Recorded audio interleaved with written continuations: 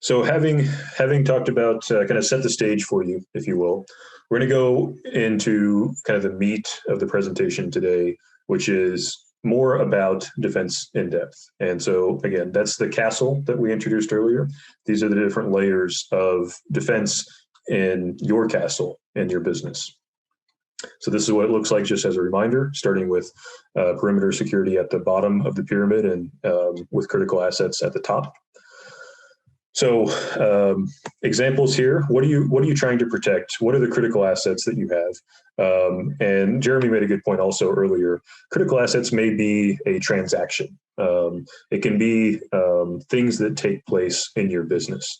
But examples are product designs, manufacturing processes, patient data, if you're dealing with healthcare, customer data, data security. Data is all ones and zeros to a computer, but it ultimately has to physically live somewhere. And Jeremy made a really important point related to this earlier, which is physical access. So given this, think about the different physical points where your data actually sits and traverses when it's being transmitted and used. So examples of mitigation techniques here, which we'll go into more detail in a second, are encryption, hashing, and data loss protection. So encryption is a data protection technique that takes your data as an input, whatever that data is, and it passes that data through a function. This is not how encryption happens, but a very basic example of a function is just 1 + 1. The plus in there, that's the function. It's a very simple function. Encryption takes your data as the input, it passes it through a function, a mathematical function, and it outputs ciphertext, which is something that a human being cannot read. And the goal with encryption is to protect the confidentiality of your data, going back to the CIA triangle that we mentioned earlier. There's two main types here. And again, you can take an entire course on encryption. You could do an entire dissertation on encryption, and people have. But this is just kind of some of the most basic high points of it. There's two main types. There's symmetric and there is asymmetric. And asymmetric is also frequently referred to as public key infrastructure, or PKI. Every single one of you have used asymmetric encryption probably certainly thousands of times in your lives, maybe hundreds of thousands, and you've probably used it dozens of times already today. It is the encryption that ensures that transactions that you do online, whether that's signing into your email account, whether it's making a bank transfer, whether it's buying something on Amazon, it's the encryption that ensures all of those things remain confidential, that somebody's not listening in on that transaction, so to speak. So how does it work? Symmetric encryption is in encryption. Jeremy kind of mentioned this a little bit earlier. In encryption, you have the idea of keys. If you think of a physical lock on your front door, you have to have a key to unlock it. The same idea is mostly true for encryption. So in symmetric encryption, you have a single key to encrypt or decrypt whatever data you have. So you could maybe kind of think of this as analogous to a padlock. Maybe if you've got a padlock on a fence at your warehouse or something like that, and there's one key for that padlock, that's the only way, in theory, without cutting it, the only way that people can get into that lock. There's just one key. Typically, this type of encryption, symmetric encryption, is going to be used for data that's going to remain on your premises. And one important reason for that is because, I'll go into it more in a second on the asymmetric piece. So examples here, these are specific types of symmetric encryption. You're not going to be dealing with these as the business owner, and I certainly hope you don't, because there's specialists in cryptography, even going deeper beyond the cybersecurity discipline. There are specialists in cryptography, and those are the people that ultimately need to be implementing these types of algorithms, because they're very, very specialized.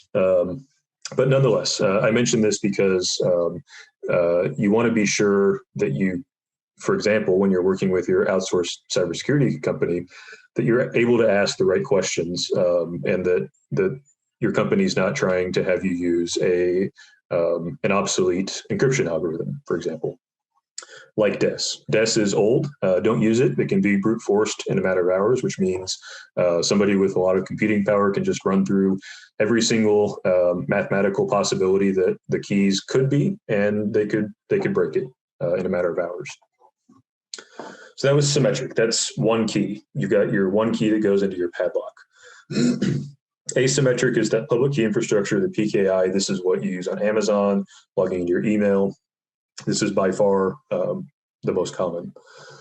In asymmetric encryption, you have two keys. You've got a public key and you have a private key. So I'll come back to that in a second. This is, I think, a really nice illustration of the idea of public key infrastructure. So in the symmetric version, I mentioned you've got one key, it goes into padlock. In this version, you have two different keys and they do different functions. So this image comes from Khan Academy. I think it kind of illustrates the idea nicely. You have a key, a public key and a private key. The public key can be used by anybody who wants to come and leave you a letter. And you might leave that key in the mailbox at all times so that anybody who wants to leave you a letter can come and do so. They open the box, they drop the letter in, but they can't get anything out as long as they're not hitting you with a hammer. They're not trying to fish something out. They can't get your letters out without the other key. You have the private key as the owner of that mailbox. You put the private key in that other lock, and you take out the messages, the letters, when you need to access them. And only you or only your organization has access to that key. So some examples here. RSA is industry standard. There's many of these. These are just some of the most common. Also ECC, elliptic curve cryptography. This is an example of something that you can see if you're so inclined in your web browser. You can go and look at these public key information things. There's a public value, and you also see here it's telling you which type of encryption algorithm is being used. It's elliptic curve in this case. So once again, you're not going to be programming RSA. I hope you're not, and I hope your IT people aren't either. They shouldn't be, even if they're IT people. But it's important to know what some of these different methods are, and so that you can ask the right questions with your providers and also with your team. Okay, so another thing related to data security is message digest. It's similar, but it has some important differences. This is also known as hashing. So hashing is used to protect the integrity of your messages. Your encryption is for the confidentiality of the messages. Hashing is used to be sure that those messages don't get changed when you're sending, for example, an email from Kansas City to New York. So some examples of hashing algorithms are MD5. Again, this is an obsolete one. You're not going to want to use it in almost any case. SHA-1, same here. It's obsolete. SHA-2 and SHA-256, different term for the same thing. Those are some of the more common ones today. Again, you can look in your web browser as you're doing something online, and if you're so inclined, you can look at what these fingerprints are, as they call them. So what should you encrypt? Anything that you want to keep secret. This would include, or probably includes, financial transactions that you do online, transmitting confidential customer or patient data from one place to another, probably your communications.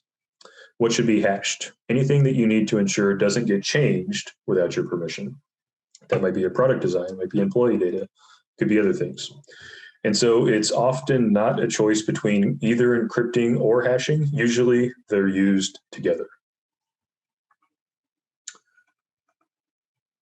As the business owner, in most cases, I've said this already, you won't and you shouldn't be implementing those algorithms yourselves.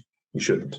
But you should now have the awareness to be asking the questions of your IT team or your outsourced security provider if you aren't already.